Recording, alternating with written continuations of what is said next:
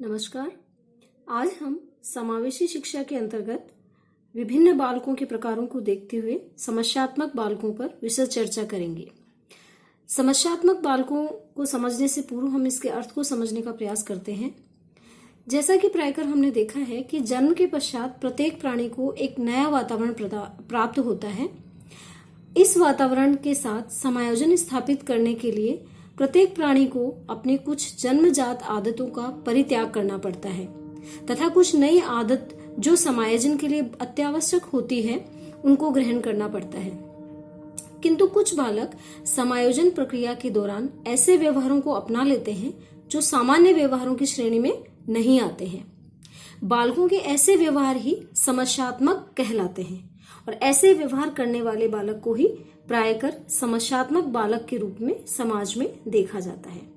तो सर्वप्रथम हम देखते हैं कि समस्यात्मक बालक का अर्थ क्या होता है। समस्यात्मक बालक जिसके व्यवहार में कोई ऐसी असामान्य बात, यहाँ हम जिस बात पर जोर दे रहे हैं वो है असामान्यता, यानी बालक के व्यवहार में ऐसी असामान्य बात होती है जिसके कारण समाज में रहते हुए वह एक समस्या बन जाती है, वही बालक समस्यात्मक बालक के रूप में जाना जाता है। अब ये असामान्य बात क्या हो सकती है? जैसे चोरी करना, झूठ बोलना आदि ये चीजें जो सामान्य रूप से हमें थोड़ा सामान्य ही प्रतीत होती है, किंतु इनकी अधिकता बालक के व्यवहार या व्यक्ति के व्यवहार में असामान्यता उत्पन्न कर देती है और वह समस्यात्मक रूप से पहचाना जाता है। दूसरे रूप में सामान्य व्यवहार, नियमों एवं मान्यताओं की अवहेलना करने वाला बालक समस्यात्मक बालक के रूप में जाना जाता है। यानी समाज के द्वारा जो निर्धारित नियम, मान्यताएं या जो निर्धारित किए गए सामान्य व्यवहार हैं, अगर कोई बालक या व्यक्ति उनकी अवहेलना करते हुए कार्य करता है या अपने व्यवहार को निष्पादित करता है तो इस प्रकार के बालक समस्यात्मक बालक के रूप में जाने जाते हैं। ये बालक अपराधी बालक से अलग होते हैं। इनको हम अपराधी बालक नहीं कह सकते हैं, लेकिन इनकी जो कुछ प्रवृत्तियां होती है वो हमारे सामाजिक नियमों के विरुद्ध होने के कारण से हम इन्हें समस्यात्मक बालकों के रूप में देखते हैं, क्योंकि ये अपने आप को फिर अन्य बालकों के साथ पूर्ण रूप से समायोजित नहीं कर पाते हैं। अब इसका अर्थ देखने के उपरांत हम इसकी परिभाषा को देखते हैं। C.W. वैलेंटाइन ने समस्यात्मक बालकों के ऊपर जो अपनी परिभाषा दी है उसमें कहा है कि समस्यात्मक बालकों शब्द का प्रयोग साधारणतः उन बालकों का वर्णन करने के लिए किया जाता है जिनका व्यवहार या व्यक्तित्व किसी बात में गंभीर रूप से असामान्य होता है। यहाँ पर वैलेंटाइन महोदय भी बालक के व्यवहार की ओर इंगित करते हुए कह रहे हैं कि समस्यात्मक बालक वह बालक है जिसके व्यवहार में किसी न किसी प्रकार की असामान्यता पाई जाती है। इस तरह से अब हम इस तरह के बालकों की क्या विशेषताएं होती है जिनके माध्यम से हम उनको पहचान सकें, तो हम इनकी प्रमुख विशेषताओं को देखते हैं। जो समस्यात्मक बालक होता है वह निम्न शैक्षिक उपलब्धि वाला बालक होता है। यानी शैक्षिक दृष्टि से या शिक्षा के क्षेत्र में इस तरह के बालकों की उपलब्धियां काफी कम होती है। क्यों? क्योंकि ये अपने आप को उस परिवेश में, जिस परिवेश में वह रह रहा है, समायोजित नहीं कर पाता है पूर्ण रूप से, इसलिए इनकी जो शैक्षिक उपलब्धियां होती है वो भी प्रायकर निम्न श्रेणी की होती हैं। अब जहां शैक्षिक उपलब्धि निम्न होती है तो उसके पीछे एक कारण इनकी निम्न बुद्धि लब्धि भी हो सकती है, क्योंकि इनके क्रियाकलाप या इसका व्यवहार असामान्य क्रियाओं में ज्यादा रहता है और लोग भी या समाज के व्यक्ति भी इनको हर तरह से फिर प्रताड़ित कर सकते हैं या इनका विरोध करते रहते हैं। इसलिए बुद्धि लब्धि या IQ के क्षेत्र में भी ये अपने आप का पूर्ण रूप से विकास नहीं कर पाते हैं, इसलिए ये सामान्यतः निम्न बुद्धि लब्धि के होते हैं।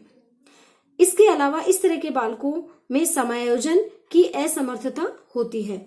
ये बात हमने इनकी परिभाषाओं में या इसके अर्थ में भी देखा है कि इस प्रकार के बालक अपने आप को समाज, परिवार या विद्यालय में पूर्ण रूप से समायोजित नहीं कर पाते हैं। इस कार्य में वो असमर्थ होते हैं। संवेगात्मक रूप से इस तरह के बालक अपरिपक्वता वाले होते हैं। यानी इनके संवेगों में ही नियमों के विरुद्ध जाना होता है, व्यवहार में ही नियमों के विरुद्ध जाना होता है, अतः इनके व्यवहार भी, संवेग भी अपरिपक्व रहते हैं। इस तरह के बालकों की आवश्यकताएं सीमित एवं सीमित अभिरुचियां भी होती है। इनका मुख्य टारगेट उन समस्याओं या इस तरह के असामाजिक या असामान्य व्यवहारों को करने तक ही अपने आप को सीमित रखना होता है। इसलिए इनकी रुचियां एवं इनकी आवश्यकताएं ज्यादा नहीं होती, बल्कि उन क्रियाओं तक ही सीमित होती हैं जिनको करते हुए ये अपने आप को असमायोजित करते हैं। और अंत में अल्प एवं कटु पारस्परिक संबंध। अब ये तो जनरली होता ही है कि जो बालक अपने आप को विद्यालय, समाज या परिवार में समायोजित नहीं कर पा रहा है किन्हीं कारणोंवश, या ये कहें कि वो समस्यात्मक बालक के रूप में है, जहां पर भी वो जाता है कि कोई ना कोई समस्या क्रिएट कर देता है, तो ऐसे बालकों का दूसरे बालकों के साथ या व्यक्तियों के साथ जो संबंध होता है वो मधुर एवं घनिष्ठ नहीं हो पाता है और वो कटु पारस्परिक संबंधों से संबंधित होते हैं। इसके अतिरिक्त कुछ विशेषताएं हम डॉक्टर कमिंस, प्रोफेसर रिचर्ड और टेंडर सर के अनुसार दी गई विशेषताओं को भी हम देखते हैं। इन्होंने जो समस्यात्मक बालकों की विशेषताएं बताई हैं उनमें है ध्यान केंद्रित न होना, आज्ञा का उल्लंघन, कम बोलना, झूठ बोलना, निर्दयी स्वभाव, यौन अपराध करना, दूसरों की मजाक उड़ाना, बुरे विचार रखना, आलसी स्वभाव, हठधर्मिता होना। ये सब विशेषताएं भी इस प्रकार के बालकों की इन्होंने बताई है।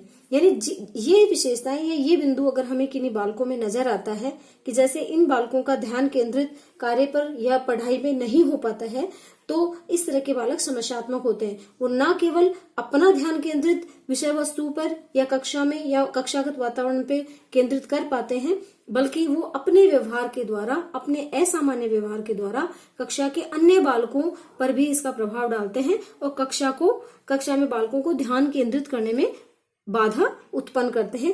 इसीलिए इस प्रकार के बालकों को पहचानना और उनकी इस समस्या का निवारण करना भी एक शिक्षक के लिए अनिवार्य कार्य हो जाता है। इसके अतिरिक्त भी जो हमने विशेषताएं देखी हैं, वो विशेषताएं कहीं न कहीं समस्यात्मक बालक के व्यक्तित्व को बाधित करने का प्रयास करती है। इसलिए बालक के व्यक्तित्व को सही दिशा निर्देश देने के लिए इन समस्याओं या इन विशेषताओं को पहचान कर उन्हें दूर करने का प्रयास करना चाहिए।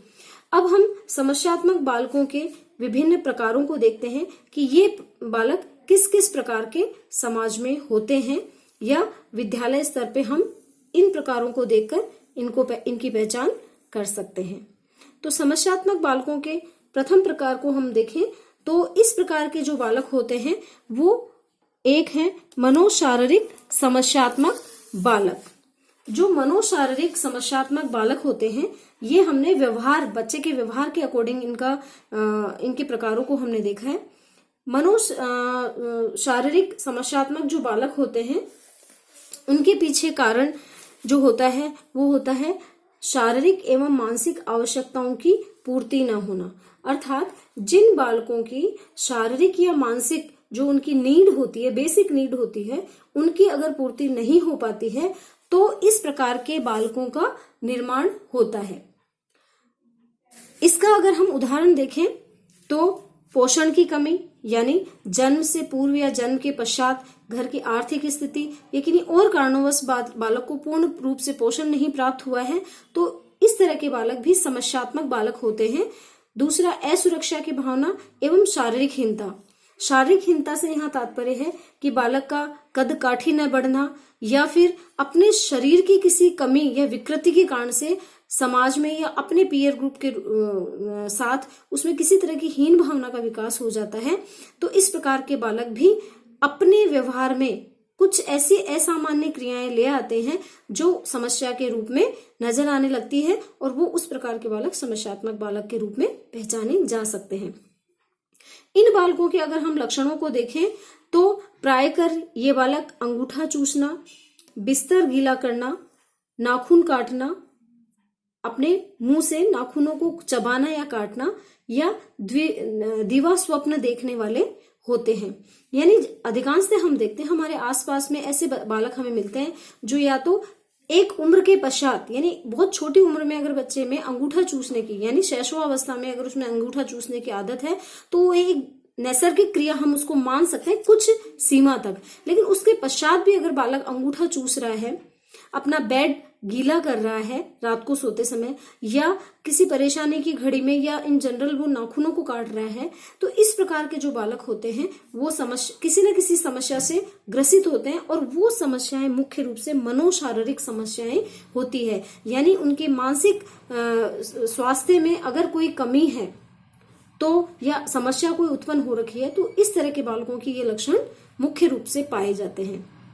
इस प्रकार की यानी मनोशारीरिक समस्यागत जो बालक होते हैं उनका उपचार कैसे किया जाए, तो इसमें बताया गया है कि आवश्यकता अनुसार शारीरिक एवं मानसिक इच्छाओं व आवश्यकताओं की पूर्ति करके हम इन बालकों का उपचार कर सकते हैं। इसके अतिरिक्त पर्याप्त स्नेह एवं सुरक्षा प्रदान करके, क्योंकि पर्याप्त स्नेह इसलिए आवश्यक है क्योंकि ये मानसिक रूप से समस्याग्रस्त होते हैं, अतः इन्हें पर्याप्त स्नेह देकर और किसी भी तरह का डर या हीन भावना इनमें है तो उसके विपरीत इनको सुरक्षा प्रदान करके इन्हें इस बीमारी से या इस समस्या से दूर करवाया जा सकता है या उनका निदान किया जा सकता है।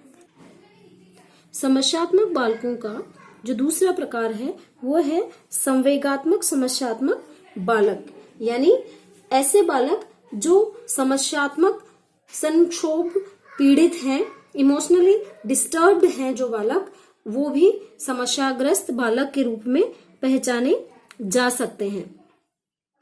इन बालकों की समस्या के पीछे जो कारण है वो है अनुपयुक्त पारिवारिक, विद्यालय एवं सामाजिक वातावरण। अगर परिवार में किसी तरह का कलह है, माता पिता में बनती नहीं है, या विद्यालय में शिक्षक सही तरीके से शिक्षण नहीं करवा रहे हैं, या शिक्षक का बालक के प्रति रूड बिहेवियर है, और समाज भी विकृत है, तो इस प्रकार के बालक इस समस्या से ग्रस्त हो जाते हैं।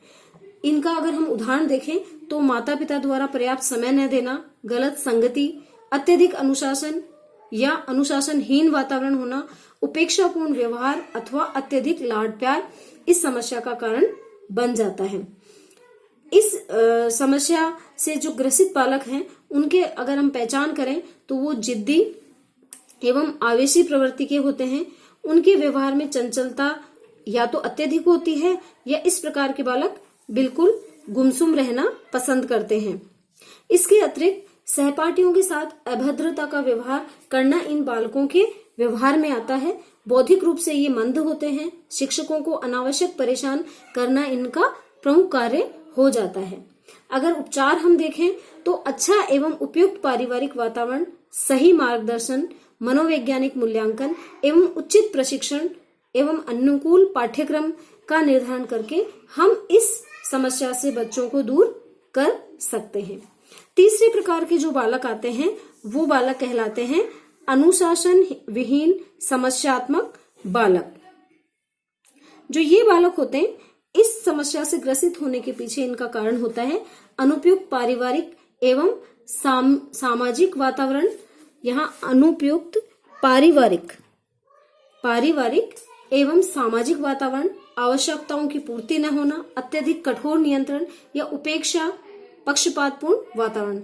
जहां हमने देखा है पहले दो प्रकारों में भी कहीं न कहीं इन्हीं कारणों की सिमिलरिटी होती है, वही चीज हम यहाँ पर भी देख रहे हैं। यहाँ हम मुख्य रूप से देख रहे हैं कि ये बालक मानसिक रूप से नहीं है ग्रसित, बल्कि अनुशासन का इन बच्चों में अभाव होता है। इसके पीछे कारण परिवार में दूसरे बालक के जन्म से पहले माँ के द्वारा कम ध्यान दे पाना भी इसका प्रमुख कारण हो जाता है।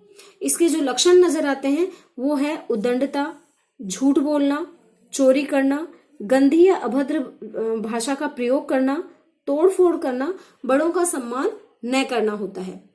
अगर इस समस्या का उपचार अगर हमें करना है तो उसके लिए बाल मनोभावों को माता पिता द्वारा समझना आवश्यक होता है। अनुशासनहीनता को नजरअंदाज न करके मनोवैज्ञानिक निदान करना भी आवश्यक होता है। यानी हम उन्हें छोटे बालक समझकर इस तरह के व्यवहार करने पर छोड़ नहीं सकते, बल्कि उनका मनोवैज्ञानिक तरीके से उपचार करना या उनका निदान करना आवश्यक हो जाता है। तो इन तीनों प्रकारों को देखते हुए हम उनका उपचार करके, लक्षणों को पहचान कर उनका उपचार करके हम उनका निदान। इन तीनों प्रकारों के अतिरिक्त कुछ इसी से मिलते जुलते बालकों के उनके व्यवहार के आधार पर प्रकार बताए गए हैं जो निम्न प्रकार से हैं। पहले हैं शारीरिक समस्या वाले बालक, यानी शारीरिक रूप से जिन बालकों को हम देखते हैं समस्याग्रस्त होते हैं, उनमें है जो इनकी समस्याएं होती है शारीरिक समस्याएं, वो है हकलाना, अंगूठा चूसना, बीमार रहना, मूत्रस्राव करना। अगर ये सब लक्षण किसी बालक में पाए जाते हैं तो इसका मतलब है कि वो शारीरिक रूप से समस्याग्रस्त बालक हैं, तो हमें उनके लिए निदान का प्रयास करना चाहिए। कुछ बालक होते हैं वो व्यक्तिगत समस्याओं से ग्रसित होते हैं और उसी वजह से वो समस्याग्रस्त बालक कहलाते हैं। इनकी जो समस्या होती है वो है या तो ये बहुत अधिक अकेले रहना पसंद करते हैं, और दूसरा इनका शर्मिलापन, जो इनके व्यक्तित्व के विकास में बाधक बन जाता है। तीसरे प्रकार के जो बालक समस्याग्रस्त बालक हैं वो होते हैं संवेगात्मक समस्या वाले बालक। संवेगात्मक समस्या के अंतर्गत जैसे हीन भावना से ग्रसित रहना, शीघ्र रोना आरंभ कर देना, पलायनवादी होना, भयभीत होना, निराशावादी होना एवं दुखी रहना। ज्यादातर जो ये इस तरह की विशेषताएं जिन बालकों में पाई जाती हैं, तो वे बालक संवेगात्मक रूप से ग्रसित होते हैं या इन संवेगों से की समस्याओं से ग्रसित बालक होते हैं। इसके अतिरिक्त आर्थिक समस्या वाले बालक भी होते हैं, यानी जिनके पारिवारिक परिवेश में किसी भी प्रकार की आर्थिक समस्या है तो वो उससे संबंधित जो समस्या है उससे ग्रसित होते हैं। इसके अंतर्गत मुख्यतः धन का अनावश्यक प्रदर्शन करना या चोरी करना, यानी ऐसे बालक जो आर्थिक समस्या से पीड़ित हैं वो अनावश्यक रूप से अपने धन का प्रदर्शन अपने पीयर ग्रुप में करते हैं और इसके लिए कभी कभी उन्हें चोरी भी करनी पड़ती है। इसके अतिरिक्त सामाजिक समस्या वाले बालक भी होते हैं, जिसके अंतर्गत असभ्यता से व्यवहार करना, गाली देना व झूठ बोलना, तोड़फोड़ करना, अवांछित व्यवहार करना, यानी सामाजिक जो नियम मूल्य निर्धारित किए गए हैं उनके विपरीत या उनके प्रति असामान्य व्यवहारों का प्रदर्शन करने वाले बालक सामाजिक समस्याओं से ग्रसित बालक कहलाते हैं और उनमें इस तरह की विशेषताएं या लक्षण पाए जाते हैं। और अंत में विद्यालयी समस्या वाले बालक भी होते हैं, यानी विद्यालयी परिसर में उसके नियम एवं नियमों के विरुद्ध जाने वाले जो बालक होते हैं या वहां इस तरह की समस्याएं पैदा करने वाले बालक होते हैं जो औरों को भी परेशान करते हैं या उनकी शिक्षण क्रिया में बाधा उत्पन्न करते हैं, तो वे बालक भी समस्याग्रस्त बालक होते हैं। इन बालकों की जो विशेषताएं होती हैं, प्रायकर ऐसे बालक विद्यालय में अनुपस्थित रहते हैं, समय में विद्यालय में नहीं पहुंचते हैं, विद्यालय से भाग जाना इनकी प्रवृत्ति होती है या अध्यापक की आज्ञाओं का पालन न करना भी इनके आदतों में शामिल होता है। तो इस तरह के जो बालक या इन तरह की सामाजिक, आर्थिक, संवेगात्मक एवं व्यक्तित्व से संबंधित समस्याओं से ओतप्रोत जो बालक होते हैं उनको हम समस्यात्मक बालक कहते हैं। समाज में इस तरह के बालक हमें अनवरत देखने को मिल ही जाते हैं और इस तरह के बालक ही ना केवल अपनी शिक्षा के क्षेत्र में बल्कि अपने साथ में अपने पीयर ग्रुप के लिए भी समस्या उत्पन्न करते हैं। तो एक शिक्षक के रूप में हमें इनका निवारण करना आवश्यक बन पड़ता है। आज के इस वीडियो में हम इतना ही लेंगे। अगले वीडियो में हम इन समस्यात्मक बालकों के क्या क्या कारण हैं समस्याग्रस्त होने के, इनकी हम पहचान कैसे कर सकेंगे और शिक्षा के माध्यम से हम इनका उपचार किस तरह से कर पाएंगे, इनका अध्ययन करेंगे। धन्यवाद।